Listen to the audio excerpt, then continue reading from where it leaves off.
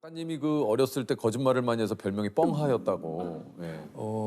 그건 모르겠어요. 그런 별명 아니 여기 지금 다 우리가 조사를 한 거예요. 그게 인터넷에 친구들한테 전학 간다고 했다가 안 간다고 했다가 뭐 왔다 갔다 뭐 친구들이 굉장히 좀 헷갈렸다. 그런 적은 있어요. 아 그래요? 네네. 그리고 어렸을 때도 제가 학교 다닐 때 친구들한테 이렇게 뭐 얘기를 하면 애들이 굉장히 재밌게 들었어요. 얘기를 참 그 좀 재밌게 하시네요. 보니까.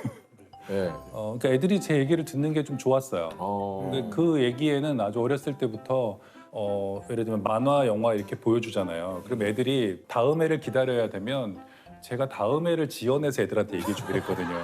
그래서 이 로봇가 이제 이렇게 돼서 날아간다, 뭐 우주로 가서 누구랑 싸우고 그러면 애들이 그 얘기를 재밌게 듣는 걸 보고 이야기를 이렇게 만들어서 사람들한테 해줄 때 굉장히 좀 즐거움이 있구나. 맞아요. 네. 그러니까 별명이 뻥하가 거짓말이 아니잖아요. 근데 뻥하였던 적은 없어요. 네네. 아니 근데 지금 다음 회가 아직 안 나왔는데 다음 회를 내가 지어서 만들었다고 얘기를 하셨는데 이게 뻥이 아니에요? 뻥이 아니죠. 그건 스토리텔링이죠. 와. 네. 요거를 스토리텔링이라고 얘기를 하시는 거예요. 지금 굉장히 많이 좋은 것 같은데 놀랐어요. 스토리텔링? 네, 스토리텔링. 자기 자신과 자기 삶에 대해서 다른 가능성을 상상해 보는 것 자체가 굉장히 좋아요. 예를 들어서 어렸을 때 엄마 아빠가 자기한테 막 혼내고 그러잖아요. 네. 그럼 난 좋은 애가 아닐까? 사실은 나는 진짜로 어디 재벌집 아들인데 네네. 버려진 거 아닐까? 그 생각하는 것만으로도 힘든 가정 생활을 견딜 수 있어요. 나중에 진짜 부모가 나를 데리고 올 거야. 조금만 참자. 곧 찾아온다. 찾아온다. 이거는 뭐 제가 만들어낸 개념은 아니고 가족 로망스라는 그 문화평론의 개념인데 스토리텔링으로 이야기를 만들어서 힘든 현실을 견디고 있는 거예요. 이게 성인도 마찬가지예요. 그러니까 소설을 사람들이 왜 읽나 그러잖아요. 그냥 우리가 살 때 힘들 때 있거든요. 그때 그렇죠. 나와 비슷할 수 있었던 누군가의 다른 삶을 굉장히 상세하게 아는 것만으로도 내가 그때 그 사람이랑 결혼 안 했으면 나는 어떻게 됐을까? 또는 내가 그때 개그맨을 안 하고 이걸 했으면 어떻게 됐을까? 그랬을 때 그걸 아주 세밀하게 상상해 보는 것만으로도 지금 살고 있는 삶이 굉장히 좀 특별해 보여요. 그리고 이거가 어떤 많은 삶 중에 하나고 내가 어쨌든 나밖에는 이 이야기를 만들어갈 수 없다고 생각하면 이상하게 견딜만 해요. 사람이 자기만 생각하고 있을 때 제일 괴로워요. 우리 작가님이 한국 문단 역사상 처음으로 귀걸이를 하고 문학상 시상대에 오른 최초의 남자 작가분이시고 신인 작가 시절 귀걸이라고 맨살에 조끼 입고 클럽 가셨다. 맨살에 쫓겨요? 맨살에 귀걸이는 뭐 패션을 위해서 했다기보다 그때 제가 이제 소설가가 되려고 습작을 하고 있었는데 취업의 유혹 같은 게 있었어요.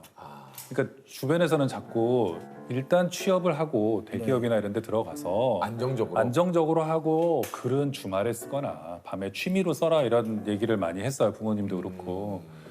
그런 얘기를 자꾸 들으니까 마음이 이렇게 약해져서 그 이대 앞에 가서 귀를 뚫었던 거예요. 지금도 이게 흔적이 좀 남아 있어요. 예. 그래서 귀를 뚫으면 취업이 안 된다 그래서. 내 마음이 흔들릴까 봐. 네네. 뚫으니까 부모님도 포기하시고 뭐 다 포기하고. 그래서 귀를 뚫으신 거예요? 면접관들이 이렇게 보잖아요. 그런데 그때는 뭐 지금보다 훨씬 더 엄했으니까. 근데 그렇게 하고 나니까 좀 마음이 편했고 지금 같았으면 저도 아마 그렇게는 못했을 거예요. 클럽도 많이 좀 다니셨어요? 많이는 아니고요. 그쪽엔 재능이 좀 없어서. 그런데 같이 그때 어울리던 친구들이 또 새로운 문화고 이러니까 가보자. 근데 저는 일단 너무 시끄러웠고요. 클럽이. 음악을 들으면서 이렇게 오래 있으면 너무 피곤해요. 근데 그런 거 치고는 맨살에 쫓기는 너무 적극적인 의사 표현이거든요. 아니 왜냐하면 쫓기에 맨살은 이건 굉장히 적극적인 표현이에요. 그러니까. 예. 네. 근데 그때 잘 모르는 저를 그 클럽의 세계로 인도한 그 후배가 있었는데 형 그러면서 거기는 맨살에 조끼 같은 거 입어야 돼. 그래서 아니 그게 사실은 믿진 않았어요 처음에는. 보통 언더셔츠 입고 좀 있거든요. 제가 그것 때문에도 좀 약간 제가 예전에도 방송에 한번 얘기한 적이 있는데 올림픽대로를 차를 타고 이제 가고 있는데 용만형 차가 앞에 보이더라고요. 또 그때 미혼이었을 때니까. 근데 용만형이 이제 그 한쪽에 창문을 내리고 민소매를 입었었어요. 조끼를. 근데 바람에 나 그게 아주 충격적이에요.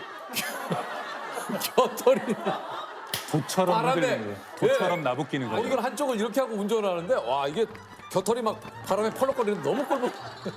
그래서 제가 이제 많은 분들이 제가 TV에 나온 이후의 모습을 많이 보시니까 네. 되게 참 사람이 부드럽고 네. 되게 원만해 보이고 그렇지만 20대 저는 좀 아마 제가 그런 소설이 있어요. 어떤 노 작가가 보르헤스라는 작가인데 쓴 소설에 보면 강변을 산책하다가 웬 젊은이를 벤치에서 만나요. 그래가지고 얘기를 나누는데 너무 마음에 안 들고 재수 없는 거예요. 괴로워하고 가다가 문득 깨달아요.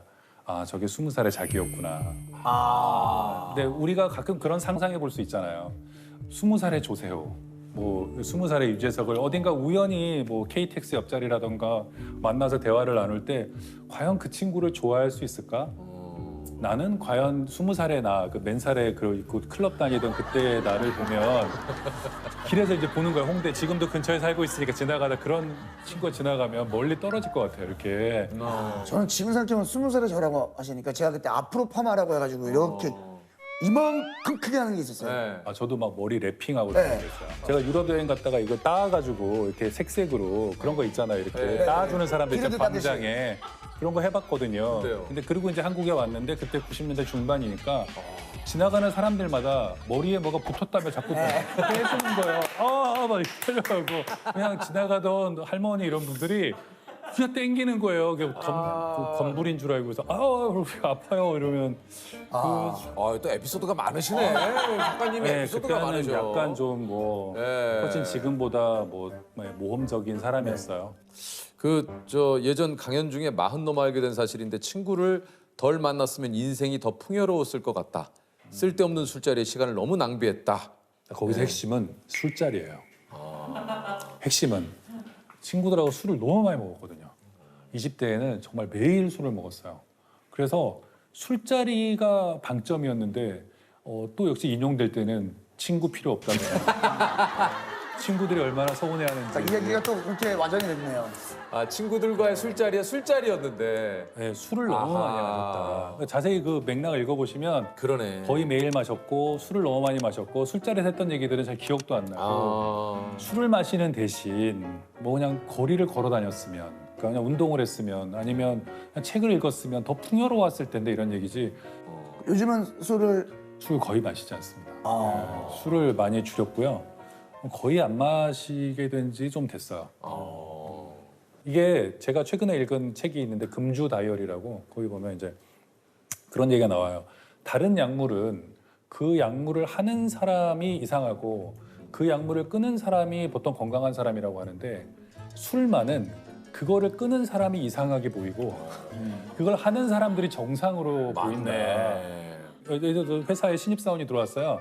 술 맨날 마시는 직원이 있으면 아주 그냥 사회생활 잘해, 인성이 좋아. 그러면서 조직과도 잘 융합하는 그런 직원이었는데 직원이 술을 안 마시는 직원이다 그러면 사회생활 어떻게 하려고 그러나?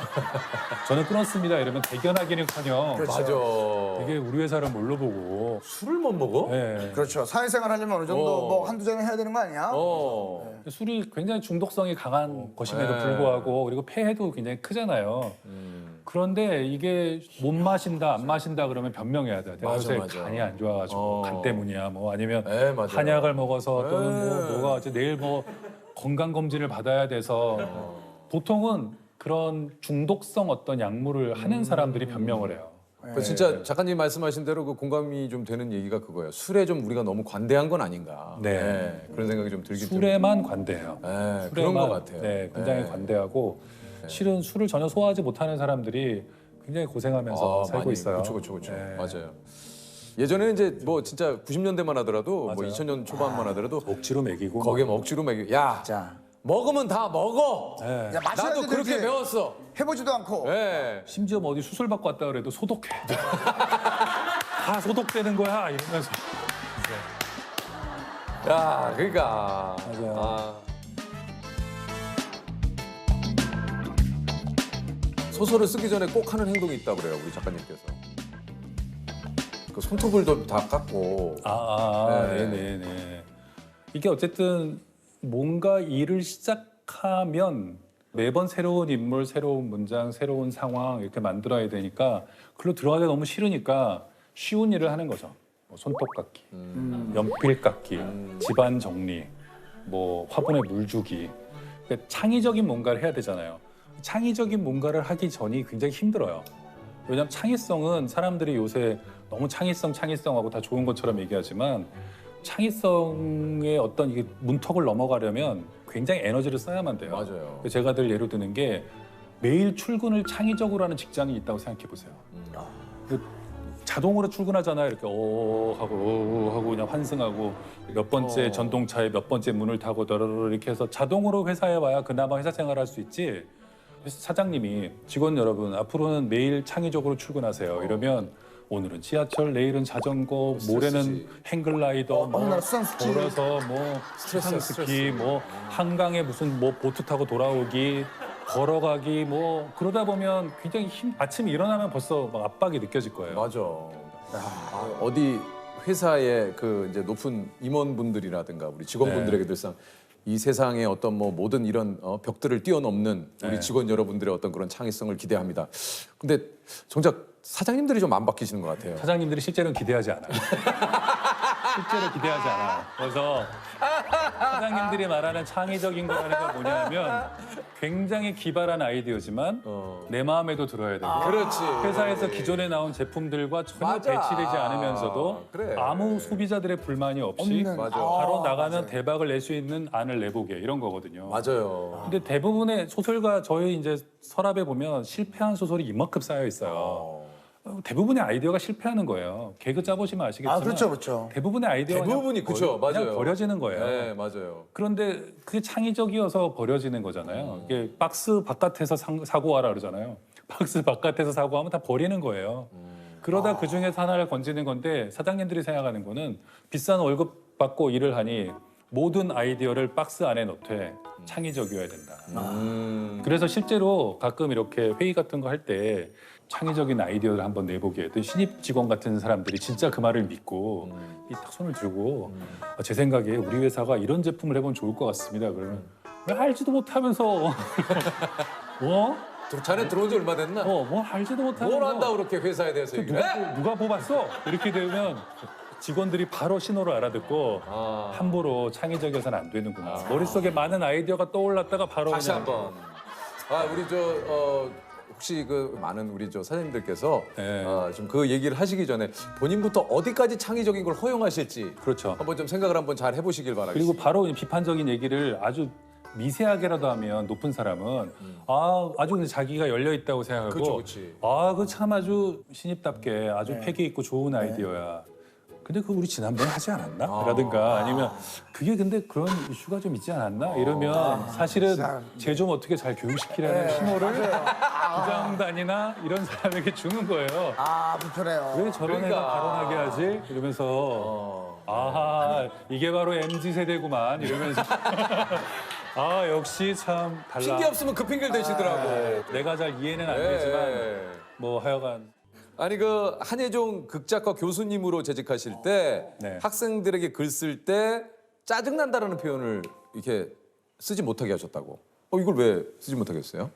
이렇게 오해하실 분들도 계신데 제가 그렇게 무서운 선생님은 아니에요. 뭐말 못한다고 막 혼내고 이런 게 아니라 소설을 쓸 때 뭔지 알겠다. 그러니까 일상적으로 저도 많이 써요. 짜증나 이렇게 네. 쓰지. 그때 무슨 단어를 고르고 그러진 않아요. 그리고 근데 소설을 쓸 때는 소설을 쓸 때는 다른 사람의 감정을 좀 섬세하게 표현해라. 그러니까. 그러니까 짜증이라는 감정에는 그냥 다양한 감정이 뭉뚱그려져 있죠. 있잖아요. 그렇죠. 예. 예를 들어서 엄마가 내 생일을 잊어버렸다. 짜증나죠. 하지만 그 그건 서운함이죠. 서운함이죠. 네, 그런 거죠. 그다음에 뭐 어디 화장실에 들어갔는데 이를 다 봤는데 휴지가 없다. 짜증난다. 네. 근데 그건 당황스러움이잖아요. 그 당황스러움이죠. 황당함 뭐 그다음에 뭐 우리가 많은 걸 그렇게 그냥 표현할 수 있으니까 너희들은 글을 써야 할 사람이니까 가능하면 좀 이렇게 말씀하신 것처럼 당황스러웠다, 뭐 구체적으로. 분했다, 화가 났다, 서러웠다. 뭐 그 감정이 뭔지를 표현하려고 노력해야. 그냥 짜증난다. 그냥 짜증난다 해서 끝이 나면 내 스스로의 감정을 스스로 잘 모를 것 같아요. 네. 그래서 이제 없으면 진짜. 짜증으로 표현이 안 되니까 개짜증이 나는 거 아닙니까? 네. 왕짜증. 왕짜증, 붙이고. 개짜증 뭐 이런 게 나와요. 짜증으로 표현이 안 되는 짜증. 네. 그것은 개짜증, 왕짜증. 왕짜증. 예. 네, 근데 보통 사람들이 그렇게 뭉뚱그려서 말하는 이유가 있어요. 뭐예요? 진짜 감정을 들여다보면 너무 괴롭거든요. 그런가 보다. 맞아. 그런가 보다. 그런 것도 내가 있어요. 서운한 건데 이 서운함에 대해서 깊이 생각하다가 눈물 나고 감정 북받쳐 오르고 특히 슬픔 같은 감정을 사람이 표현하면 약해 보이잖아요. 네. 우리가. 네. 그래서 슬펐을 때도 나 어제 짜증났어. 들어보면 슬픈 이야기예요. 친구가 무슨 너 얘기인지 슬펐나 알겠어. 봐. 네. 너 슬펐구나라고 하면 아니야. 그냥 짜증이야. 이렇게 얘기하지만 이 감정이 뭐지라고 생각하다가는 잘못하면 터질 수 있어요. 그래서 그런 몇 개의 어떤 마법 같은 단어로 그냥 누르고 있는 건데 그렇죠, 그렇죠. 그러면 그 감정들이 눌려 있으면 위험하잖아요. 위험하죠. 굉장히 우울해져요. 몸에서 곪기 때문에. 그래서 우리가 좀 혼자 있을 때 이제 책과 마주하고 있을 때 안전하잖아요. 책은. 책이 우리한테 화를 내지도 않고 우리한테 비난할 것도 아니니까 자기가 좋아하는 어떤 작가의 책 같은 걸 보면서 그래 이게 내 감정이었어 막 울기도 하고 그때 마음껏 자기 감정을 들여다보고 울고 싶으면 그때 울고 이게 바로 이제 아리스토텔레스가 말하는 정화, 카타르시스죠. 카타르시스. 아, 진짜 이거 많이 아주 하시네요. 뭐, 예.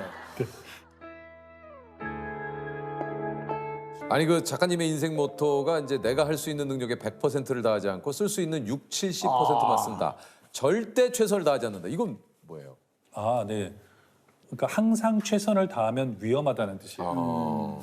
이건 제가 최재천 교수님의 개미 박사님, 최재천 선생님한테 들은 얘기인가? 저 정확하게 기억은 안 나지만 개미들을 이렇게 보면 개미는 이렇게 열심히 일하는 동물의 상징이잖아요. 배짱이 막 훈계하고 그런데 개미들을 잘 관찰해 보니 30%의 개미는 놀고 있더래요. 맞아요. 네, 그 얘기 그 들으셨죠? 그 얘기 하셨어요. 아, 그러셨어요? 네. 여기서 하셨구나. 네. 그게 어떤 이 병고가 생기면 여력이 있다면 나가서 걔네들이 싸울 수도 있고 그다음에 손실이 있더라도 걔네가 보완할 수 있잖아요. 보충할 수 그렇죠. 있고. 근데 저는 인생은 길고 그 사이에 어떤 일이 벌어질지 모르는데 매일 최선을 다하다가 예를 들면 몸이 어디 아프다던가 또는 뭐 가족 중에 누가 뭐 아프다던가 그러면은 회복할 수가 없는 거죠. 이미 자원을 다 맞아요. 쓰고 있는데 네, 네. 더 이상 갖고 올 게 없잖아요. 우리가 은행에도 잔고를 남겨두듯이 자기의 하루도 오늘 내가 한 이 정도를 100을 할 수 있으면 70만 하자 하고 이렇게 하다가 어떤 순간 위기가 닥쳤을 때 남은 30을 쓰거나 네. 좋은 것 같습니다. 네.